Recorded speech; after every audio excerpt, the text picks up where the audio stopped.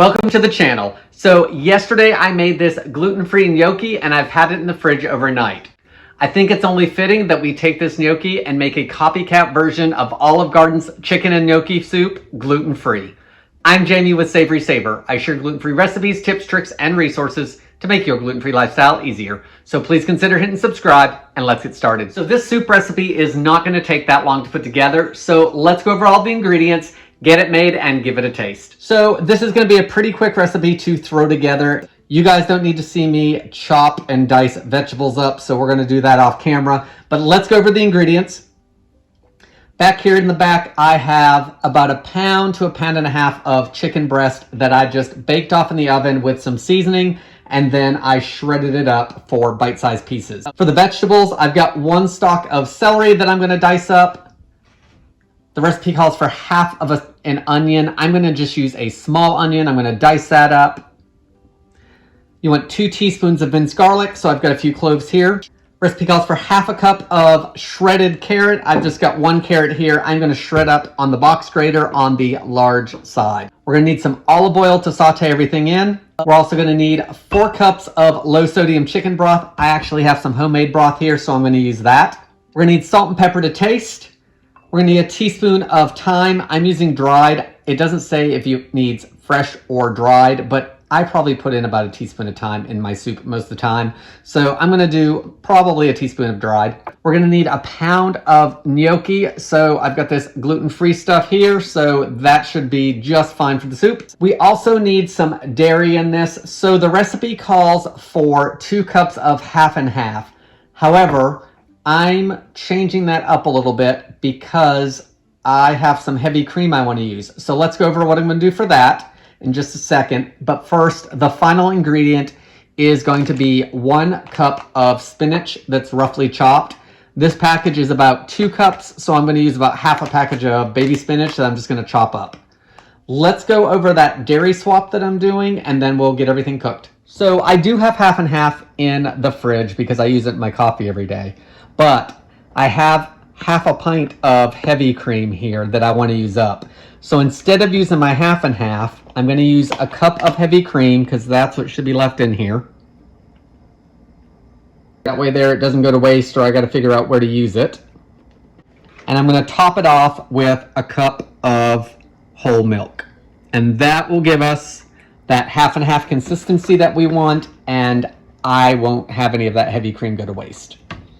All right, let me get these veggies prepped up and then we'll start cooking. So let's get this started. I've got a large pot over medium heat, just a little bit warmer than that, with about 1 tablespoon of olive oil.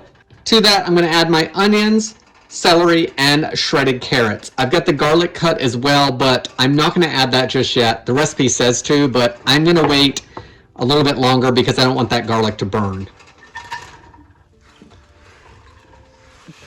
So now I want to saute and stir this around for 3 to 5 minutes, just until the onion starts turning translucent. So now that that's softened up a little bit, let's add our garlic.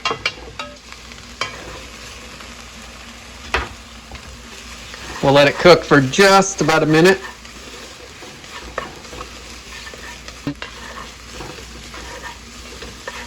I can smell that garlic, so that means we should be ready.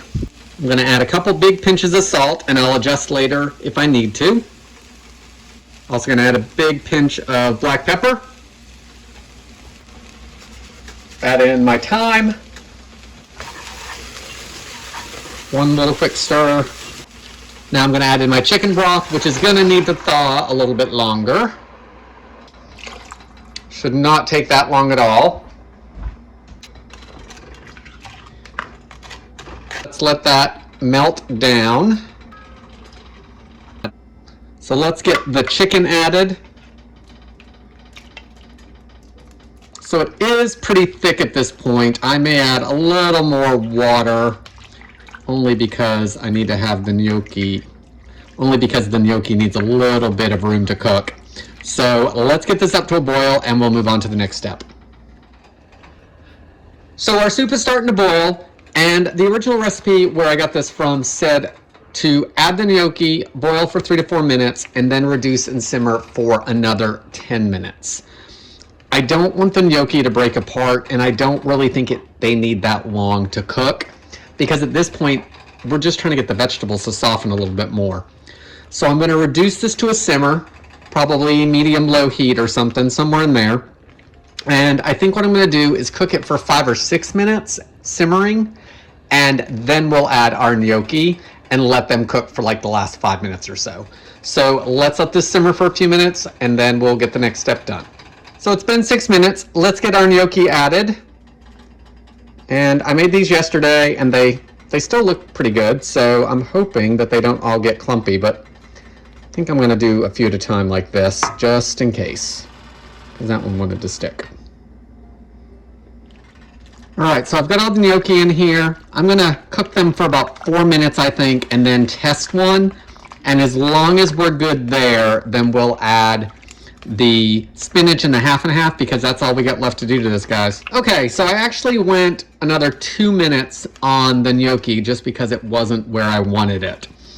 I will say it looks like the flour in the gnocchi on the, on the outside of it has thickened the soup just a little bit, because it's not quite as clear as it was before I added them. But they have held up really nice. 4 ingredients, so if you've not watched that recipe, watch that. Let's add in the half and half and the spinach. So I'm going to add all that spinach in. Let's give this a stir just to start wilting it. There, I think that's good. Now I'm going to add my 2 cups of half and half. Let's give it a stir. And now we want to cook it for another couple minutes just to let that spinach wilt down and that half and half to heat through. We don't need to boil it again, just get everything warm through. So let me finish this up, get a couple photos, and we are going to give it a taste. All right, so I got a couple photos of it. Let's give it a taste. And I put it in this clear glass bowl so you guys could try to see it a little bit better. So it is pretty creamy, and as far as whiteness down below, the top is yellowed. Probably a multiple reasons for that. It's not as creamy white as it would be at Olive Garden. So it's probably the olive oil in there. It's probably the color of the carrots. It's probably the seasoning I had on the chicken. I don't worry about all those things, guys. I'm worried about the taste of this. So let's see. First of all, let's get a piece of that gnocchi and try it. Oliver's at the back door. Hold that thought. Let me let him out on the back deck. Okay, Oliver's out in the back deck. Let's try this again. I'm going to try the gnocchi by itself first. It did take a little longer to cook. I did 6 minutes and then thought it was done. If you watch my last video on how to make the gnocchi, it tastes like it did when I made it for that. Like it's got a good It's got a good texture to it. It's got, minimal taste because it is, basically a pasta with potatoes. But the texture is really good. And, the taste of the gnocchi is good. And I like that it held up in this soup. I was kind of expecting it to break up. You know how gluten-free products like to do that. But, I mean, I've stirred it multiple times and there's still those little pieces of potato gnocchi. So that's a good thing. This is a very thick soup, much thicker than what you would get at Olive Garden.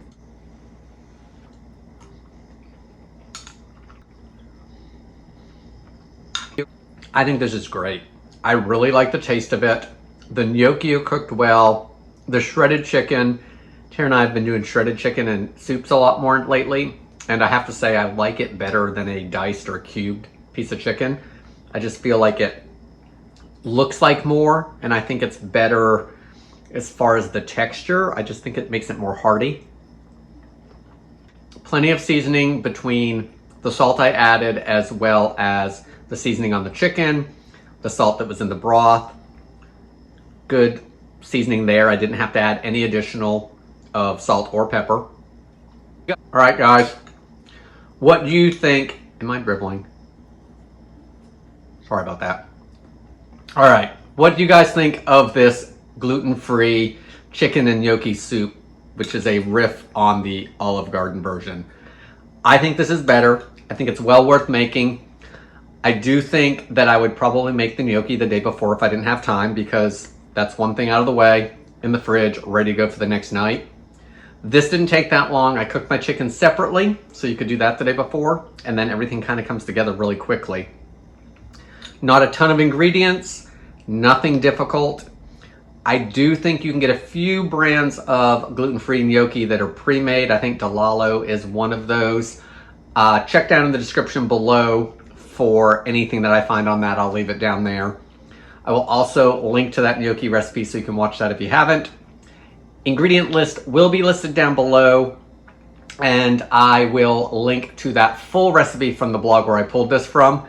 Guys, that's all I have for today. So as usual, leave all those comments and questions down below. I love interacting with you guys in the comments section. I want to thank you so much for watching, and I hope to see you in the next video.